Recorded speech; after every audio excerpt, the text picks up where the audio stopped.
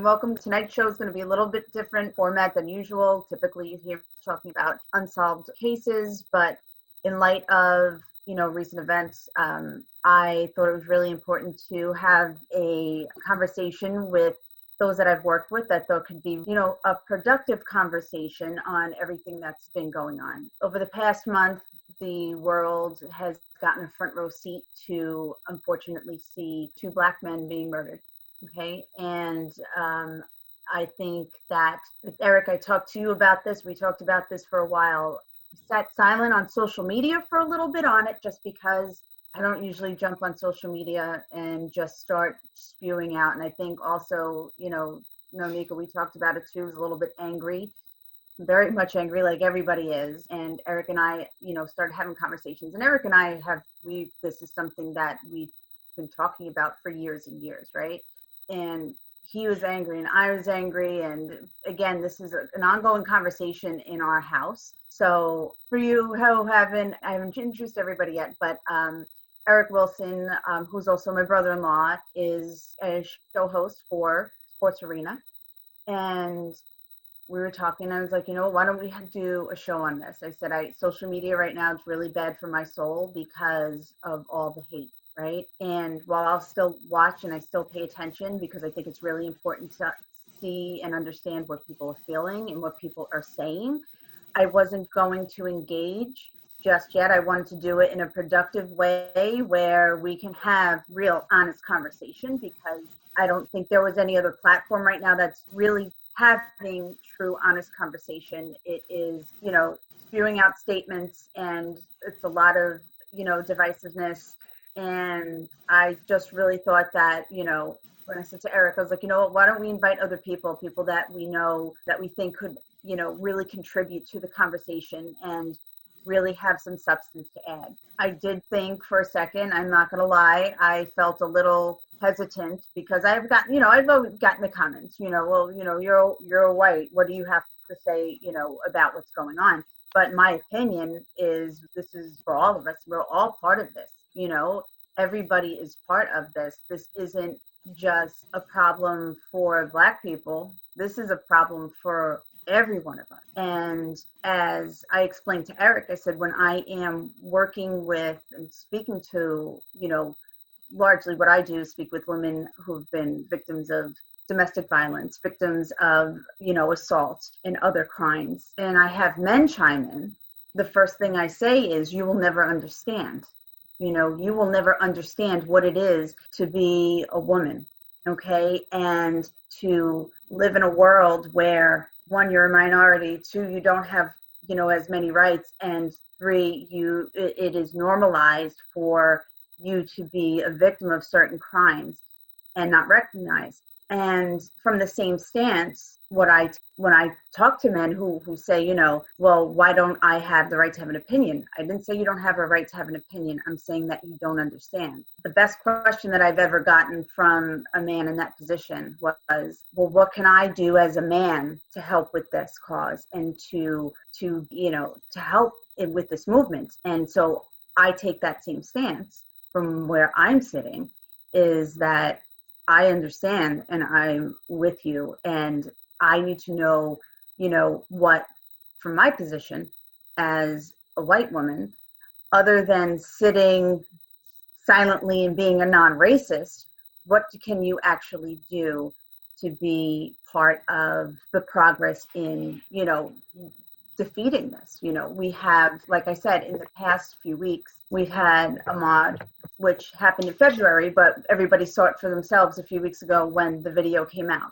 And then with George. But in addition to George, Floyd, as you know, I'm a huge advocate for women. And it's not just Black men who are victims of these racial crimes, like we have Sandra Bland, Breonna Taylor, the list is endless, which is scary. Right. So I wanted to be able to voice my opinion on, what's going on. There was never even a question of, was George Floyd murdered? Yes, it was murder. Okay. And did people see that immediately just because, unfortunately, they had a front row seat to it? They were able to see it for themselves, or because of, the protesting, right? I've been watching, how this has played out. And for a small second, for a really small second, when the video was aired, and usually, like I said, I don't try not to engage in social media when it comes to a lot of the opinions, especially when they're coming from an angry place or they're coming from an ignorant place. I try not to, because that's never productive. Nothing ever good comes of that.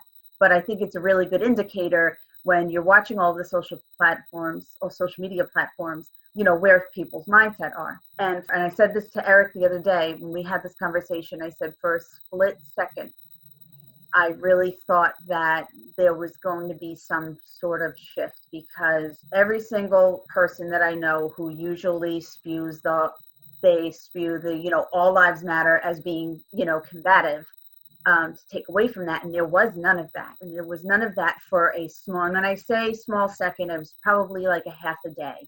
And people who I never thought would be just in agreement what just happened in front of their face, they were. And I thought for a split second, maybe there's a shift, and it didn't last long at all. And then over the past few days, everybody's becoming divided again.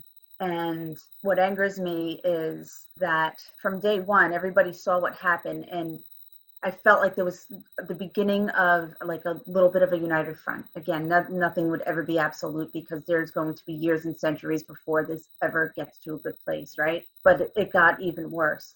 And is it great to see the mayors in the streets, with the peaceful protest? Absolutely. Is it great to see those officers now taking a knee with our protesters here? I think that's wonderful. I absolutely do. But, and I have to be honest, I can't stand behind violent protest. I can't do it.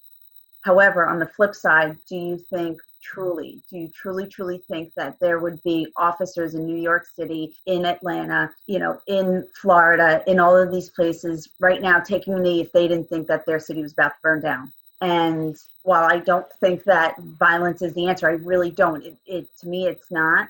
But I'm looking for an answer. When Eric and I talked about this, I said, I don't want to just have a conversation about, what we're feeling right now. Well, yes, that's really great to have those conversations and to express what you're feeling. But I really want to talk about some solution, even if there's something small. I know that individually there's only so much what you can do, but I wanted to leave off and pose that question as I did before, coming from, my position or anybody's position who is not a Black man or not a Black woman in America today. What can we do as a whole and as a community to help support this movement? So I will leave that floor open to you guys. I can go first. So you guys know, I don't know if you guys know, but my name is Tiana Heath, aka BKA Miss Tea Talk. I've done over 100 interviews with different people, different cultures on their music, their activism, photography, you name it. So I've been doing that for the last 7 years. So that's my thing. And also, how me and Lynn are connected. I have a show called Missing on Long Island, and Lynn has helped me so much for the second episode featuring Jennifer Poole. I don't know if you guys heard the Discarded podcast with Jennifer Poole. Will be done soon. So let me just plug that in there. The intro to this show, the actual whole show, will be out tomorrow, which features a little bit of Jennifer Poole and all the other cases that I'm going to be doing. So that's how we're connected. So I'm a producer, creator, interviewer, host. I'm trying Long Island on the mat. Yeah, literally. I have plenty of hats that I can definitely put on and walk with. But to answer Lynn's question, this is my thing.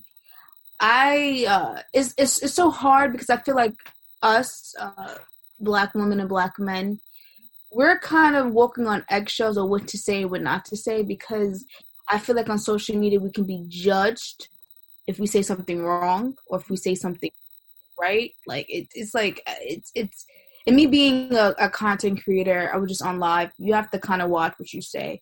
But however, violence, I'll be honest with you, is not the answer. No. In my opinion. The reason so I've understand people have said looting, we learn looting from white Americans, and that's where we always use looting and stuff like that. They looted diamonds, they looted cash, they looted tea, they looted all of those, goods that we learned in U.S. and global history. U.S. history, to be honest, not global, U.S. I get that, but we're in a new decade, new millennial. It's 2020. There's no reason why I have to go on the news and still hear that even the protesters, cops, are being killed now because they're brave enough. You don't see much of the peaceful protesting on the internet. You gotta kind of go to Twitter and Instagram for that. But the violent protests, looting small businesses, especially Black businesses, it takes us a long time to get our loan, to get a business or insurance if we have insurance on our businesses. Shops that people, like families that they didn't do anything. There's no reason for their business to be tarnished over our anger and over we're upset. We're tired. I get it. Our grandparents, great grandparents, our future, we're gonna be tired. But violence is not the answer. Destroying property is not the answer. It is not even like Black people are stealing. I saw cops stealing. I saw white people stealing. I saw everybody stealing out of these companies. I can understand if you don't Gucci.